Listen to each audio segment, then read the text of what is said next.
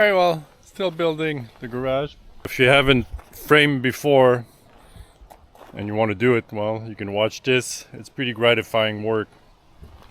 I like it because it goes up quick and takes shape, and it's light.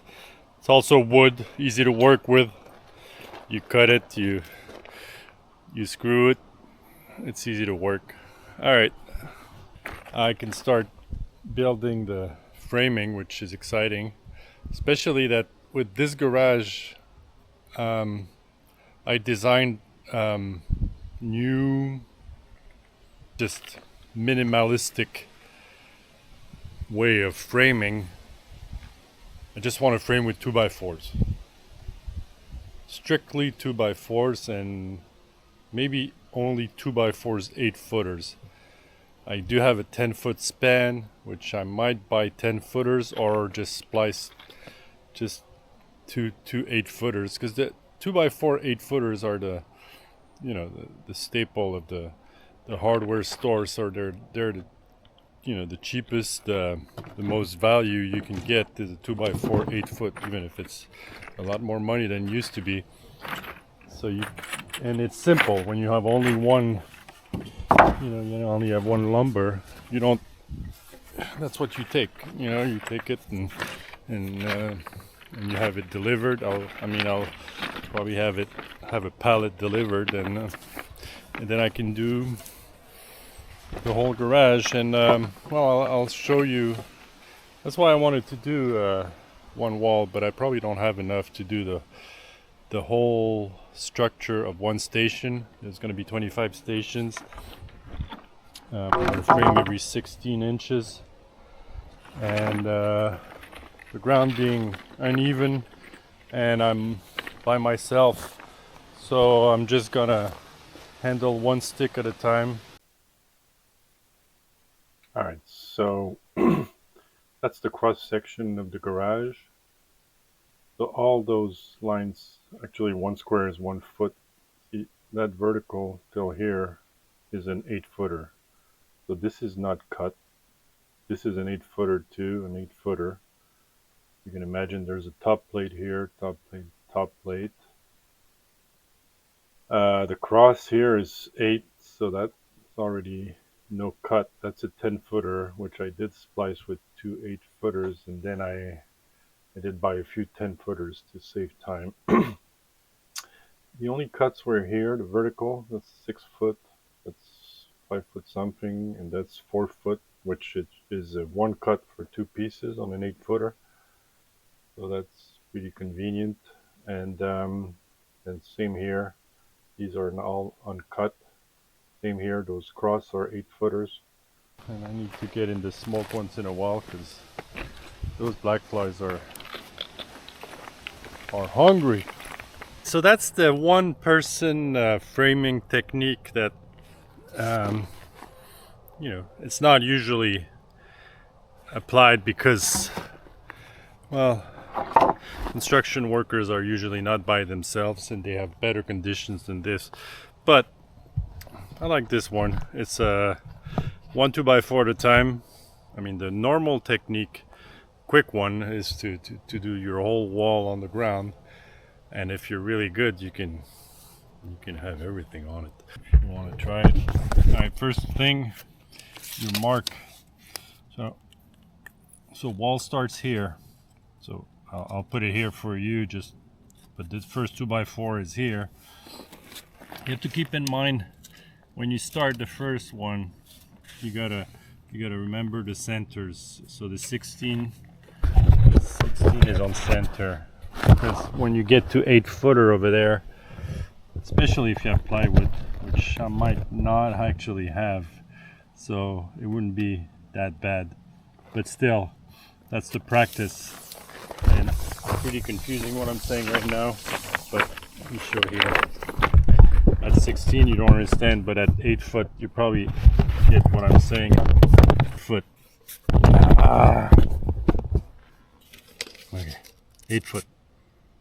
So if a plywood, you can understand, if a plywood started where my tape starts, which is at the end of the house, it's a garage, but it needs to It needs to have some nailing at 8 foot. It means that's got to be the center and not the edge. So 3/4 on each side. That's your last 2x4, and you just apply it to all of your, you know, which are conveniently marked the 16 framing on a North American tape. And if you do construction, well, forget about the metric, it's useless. I mean, once in a while you have a use, but the one with 2 digits are just confusing. Just get one like this with inches, and well, I mean, these I like. And you can use a square. I don't know if I have one. Yeah, I do have one. I don't know, it's not very useful, but it's reassuring to know that you're square. So I'll mark them, and then I'll show you what I do after.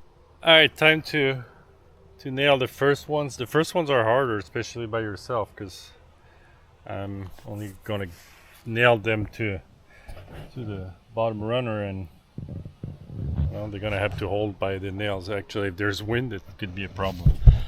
But I'll brace them as soon as I can. Let me see if this one is, yeah, it's nice and straight. Put it in the corner. Let's see what this does.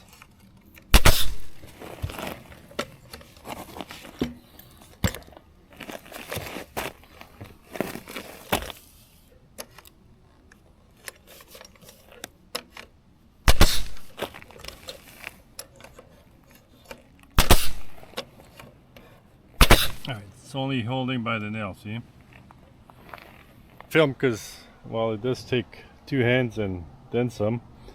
But basically, I mean, this was holding before. Just put a brace in, this one's out, doesn't matter really. And I just put one screw here and one screw on the bottom. I suggest you screw it so you can always modify if you see there's a problem later. And this one is in the other, so this one is like this, and this one is like this, and now I can start really building my wall. It's this one I'm doing now. I guess I could also do this one, but that's not the subject right now. These are bearing walls and these are non-bearing walls. Bearing walls hold the trusses up there, so if you see it like this and that's a truss, well, trusses are this way, and here we're in Canada, there's a lot of snow, so the load is snow here. So it's a simple one. In Florida it's wind, and other places earthquake. I mean, we all have everything, but here the main load is really snow. We don't have a lot of earthquakes here. And they're very small, and those wood structure resist pretty well.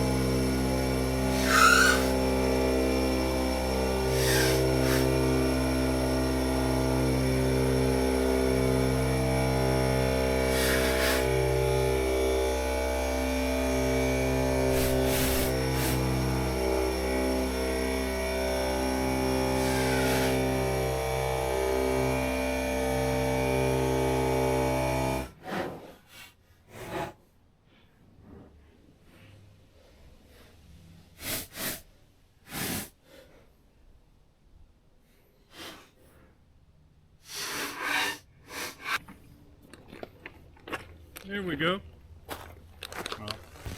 You got the verticals. You got the bottom runner and the verticals. So just put a top runner, and we got a framed wall. I mean, there's gonna be spacers here. Actually, I'm probably gonna put a plywood here on the bottom, then windows here, and then it's gonna be just 1x4, just holding the racking. You go get the step ladder to put that top runner, and see you probably saw me looking at them. I mean, you gotta line them up. You gotta line them up, because if they're not straight, it's well, then it's not a straight wall. It's not a big deal, but like this one, I mean, it's got that banana shape this way. Because when it's this way, you can do something about it, because it's the weak way. But this way, it's really hard. I don't know if you can see it on the camera. It's not much, but see, for now, I use them as braces. Also, if you use them as shorter ones, you have less of deflection, so it's a bit easier to deal with. And yeah, well, part of the framing.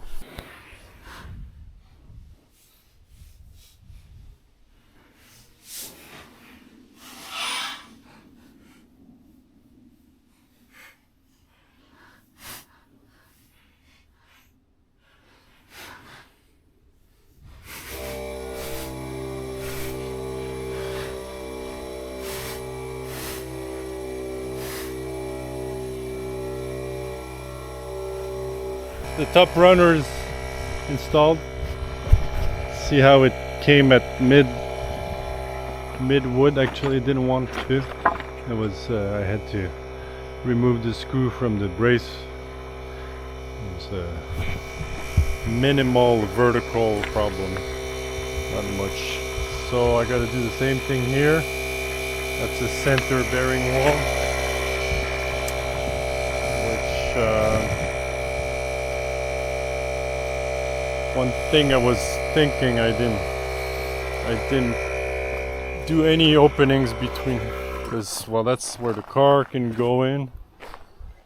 That's wider, and that's more of a storage area.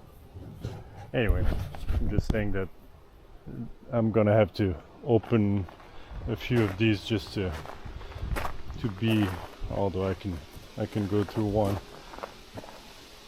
It's just if there's a machinery or something big, it's not very convenient like this, unless there's a big door, which was supposed to be a door here, but I don't know. Well, I'll just play it by ear. Just trying to keep on going.